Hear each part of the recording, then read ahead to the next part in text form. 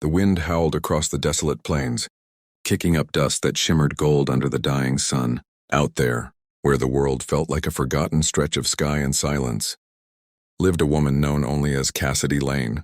Folks in the nearest town called her the lonely Cowgirl, though few ever saw her long enough to know her story.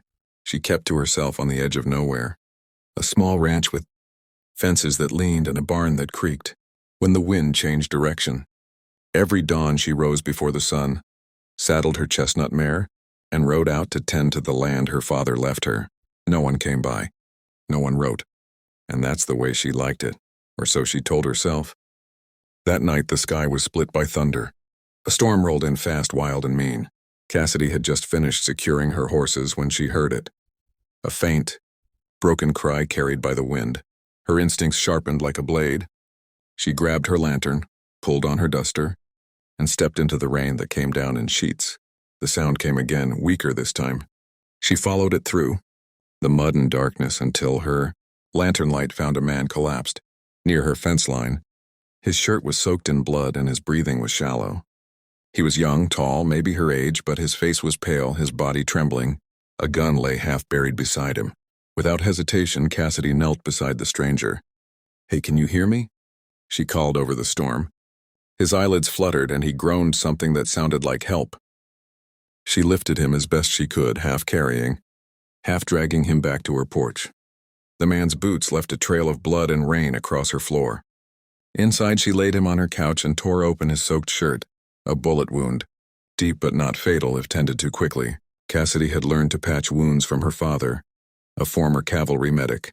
Her hands didn't shake as she cleaned the wound, pressed in the whiskey and stitched the torn flesh. The man winced, cursed softly, then slipped into unconsciousness. Hours passed before he stirred again. When he opened his eyes, Cassidy was sitting by the fire, sharpening a knife and watching the flames. "You're lucky I found you," she said without looking up. He tried to sit up but groaned in pain. "Don't move too much. Bullet went clean through, but you lost a lot of blood." He blinked, eyes adjusting to the dim light. "Where am I?" he asked, his voice rough. "My ranch," she replied simply. "Name's Cassidy. And you?" The man hesitated, then said, Cole Maddox." The name made Cassidy pause. She'd heard it before. The Maddox brothers were infamous in these parts, ranchers, riders, and some said, outlaws with their own brand of justice. Cole tried to explain. His brothers had been ambushed by a rival gang trying to take their cattle. He'd gotten separated, shot, and somehow made it as far as her land before collapsing. "I didn't mean to bring you trouble," he said weakly. Cassidy met his gaze, her eyes calm, but firm. "You didn't. But if your enemies come sniffing around here, they'll regret it." As the night deepened, Cassidy tended the fire and kept watch. Outside, the storm eased into silence, and the prairie stretched endlessly under the moon. Inside that small cabin, something began to shift. The loneliness that had wrapped around Cassidy for years seemed to lift a little. She found herself glancing at Cole, his rough hands, the scar on his jaw, the quiet strength even in his pain. She pushed the thought aside, reminding herself that he was just another drifter passing through. Yet something in her heart knew this night would change everything. By dawn, the air was crisp and still. Cassidy stepped outside to feed her horses when she heard the distant thunder of hooves. Not one or two, but many. She tensed, hand going to her rifle. Moments later, a group of riders appeared on the horizon, a dozen strong, riding hard. Cassidy's pulse quickened. But before she could raise her weapon, the lead rider shouted, "Cassidy Lane! We're looking for our brother, Cole Maddox." She relaxed slightly, lowering the rifle.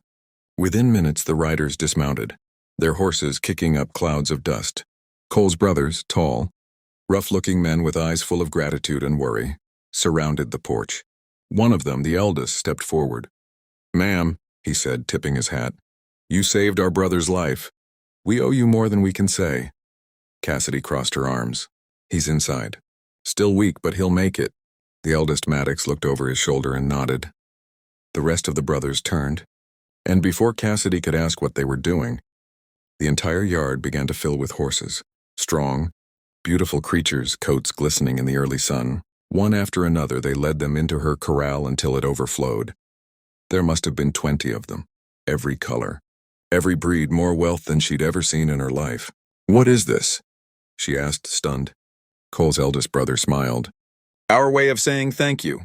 Every horse here is yours. You saved one of us. Now you'll never ride alone again. Cassidy's throat tightened. She wanted to protest, but the sincerity in their faces silenced her. Behind them, Cole stood weakly at the porch railing, his arm still bandaged. Told you they'd come, he said softly, a grin tugging at his lips. Cassidy laughed for the first time in years, a real, unguarded laugh that echoed across the open land. The Maddox brothers stayed for breakfast, filling her quiet home with laughter and stories. For once, Cassidy wasn't the lonely cowgirl at the edge of nowhere. She was part of something bigger, something warm, and as she watched the horses grazing in her yard, she realized that maybe, just maybe, she didn't have to face the world alone anymore.